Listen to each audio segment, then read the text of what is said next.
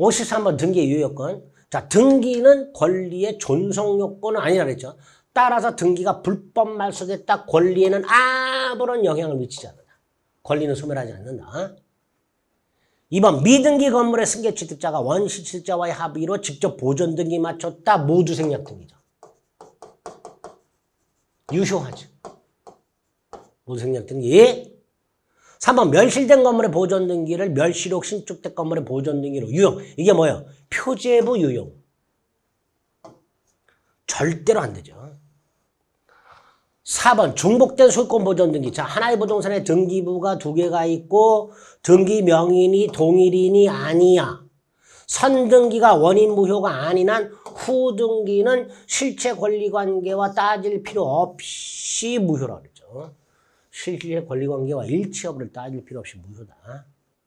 5번 사망자 명의로 신청하여 이루어진 등기. 원칙적으로 즉 특별한 사정이 없는 한 추정력 깨지죠. 죽은 사람 이름으로 신청돼서 격려된 등기, 허무인으로부터 등기를 격려받은 경우, 계약서가 진정하지 않음이 밝혀진 경우, 이런 것들이 뭐예요? 기본적으로 등기의 추정력이 깨지는 가장 대표적인 경우들이죠. 5번 틀렸죠?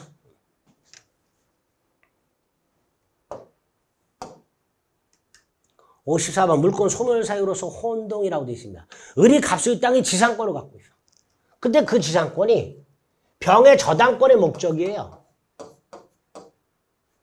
그러니까 설령 을이 소유권을 취득하더라도 지상권은 소멸하지 않죠.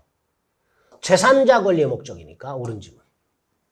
2번 갑수의 땅에 을이 1번 저당권, 병이 2번 저당권, 을이 상속. 자, 조심하세요. 원래는 후순위가 있기 때문에 을의 저당권은 소멸하지 않아야 됩니다. 그죠? 후순위가 있기 때문에 을의 저당권은 소멸하지 않아야 되는데 문제가 을이 채무자로부터 상속을 받았다면 이걸 조심하세요. 을이 채무자로부터 상속을 받았다면 을은 채권자였는데 채무자 지위도 상속을 받은 거죠. 을은 땅만 상속받은 게 아니고요. 갑의 채무자라는 지위도 상속을 받은 거예요. 결국 을은 채권자이면서 채무자가 됩니다. 그때 채권 채무가 혼동으로 소멸해버려요. 자, 채권이 소멸했으니까 을의 저당권도 소멸하게 됩니다. 자, 이때 을의 저당권은 부종성에 의한 소멸입니다.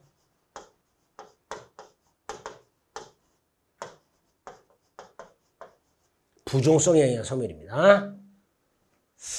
자주 나오지 않던 거죠. 조심해서. 예전에 나온 적이 있기 때문에 채무자로부터 상속받았다는 것을 조심하시기 바랍니다.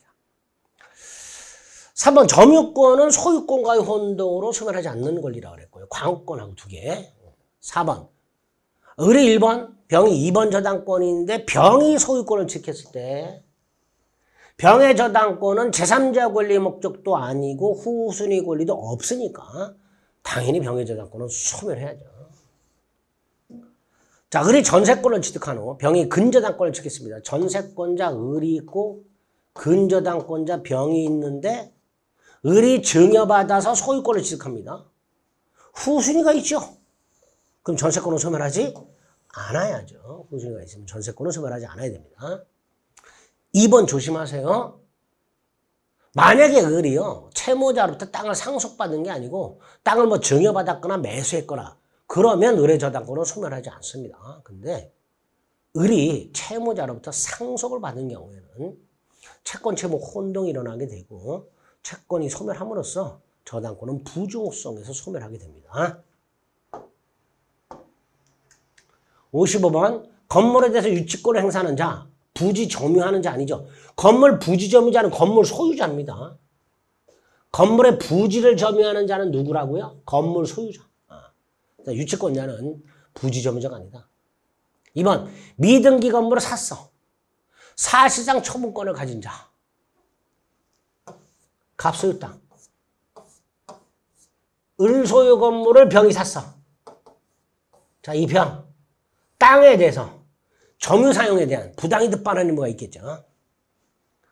3번 점유 매개 관계가 있어야 간접 점유, 직접 점유 관계가 성립하죠. 점유 매개 관계는 반드시 적법 유효할 필요는 없죠. 중첩적으로 있을 수 있고요. 4번 계약 명의 신탁.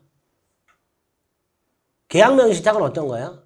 신탁자 갑이 수탁자 을과 명의상 약정을 하고 매수 자금을 주죠.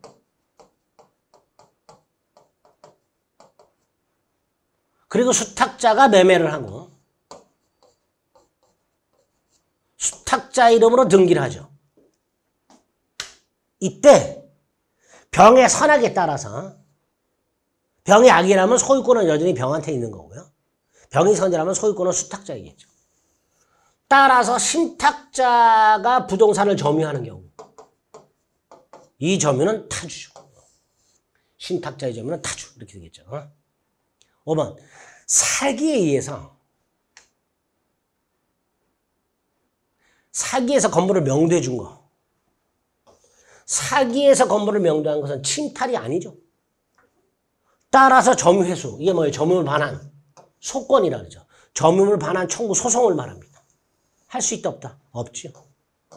사기에서 물건을 명도한 것은 침탈이 아니다. 중요하죠. 다 중요한 지문들입니다. 56번 부동산 점유책 시효. 20년이나 소유해서로 평온하고 공연하게 부동산을 점유한 자는 등기함으로써 소유권을 취득한다. 그게 점유취득시효죠. 집합건물 공용법은 안 되죠. 행정재산 안 되죠. 자연공부는 안 되죠. 이런 거 시효 취득할 수가 없죠. 2번 시효완성을 이유로 한 소유권 취득의 효력은 점유 개시한 때로 소급하죠. 소유권 취득, 등기하면 소유권을 취득하고 소유권 그 취득의 효력이 점유를 개시한 때로 소급하죠. 3번 점유자가 점유를 할 때 소유권 취득의 원인이 될 수 있는 법률행위. 이게 뭐죠? 매매. 매매가 없었다. 또는 매매가 있었지만 무효다. 이런 걸 모르고 점유. 자주죠. 모르고 점유. 알고 점유. 이게 악의 무단점유고 타주죠. 거기 3번이죠. 매매가 없다는 사실을 알면서 점유니까 악의 무단점유고 타주니까 당연히 시효취득 인정되지 않습니다. 시효취득 인정되려면 자주여야 되죠. 4번 시효완성자는 취득시효 기산점과 관련해서 점유기간을 통틀어 등기 명의자가 동일하다면 기간 역산도 되고 기산점 임의로 선택할 수 있죠. 소유자가 동일하다면 기산점 임의 선택할 수 있습니다. 5번 시효이익이라고 되어 있죠. 시효이익이 뭐예요? 이전등기 청권이죠. 이거 누구에게 행사야? 시효완성 당시 소유자. 시효완성 당시 소유자가 하는 거잖아요. 이전등기 청구. 그러니까 그 포기도 누구한테 해야 돼요? 시효완성 당시 소유자에게 해야죠. 시효완성 당시 소유자에게 이전등기를 청구할 수 있으니까 그 사람한테 포기하겠다라고 말을 해야 되는 거죠. 그게 5번이죠. 시효이익의 포기란 이전등기 청구 포기를 말하고 이전등기 청구를 시효완성 당시 소유자에게 행사해야 되니까 그걸 포기하겠다는 의사표시도 시효완성 당시 소유자에게 해야 됩니다. 드린 거 2번.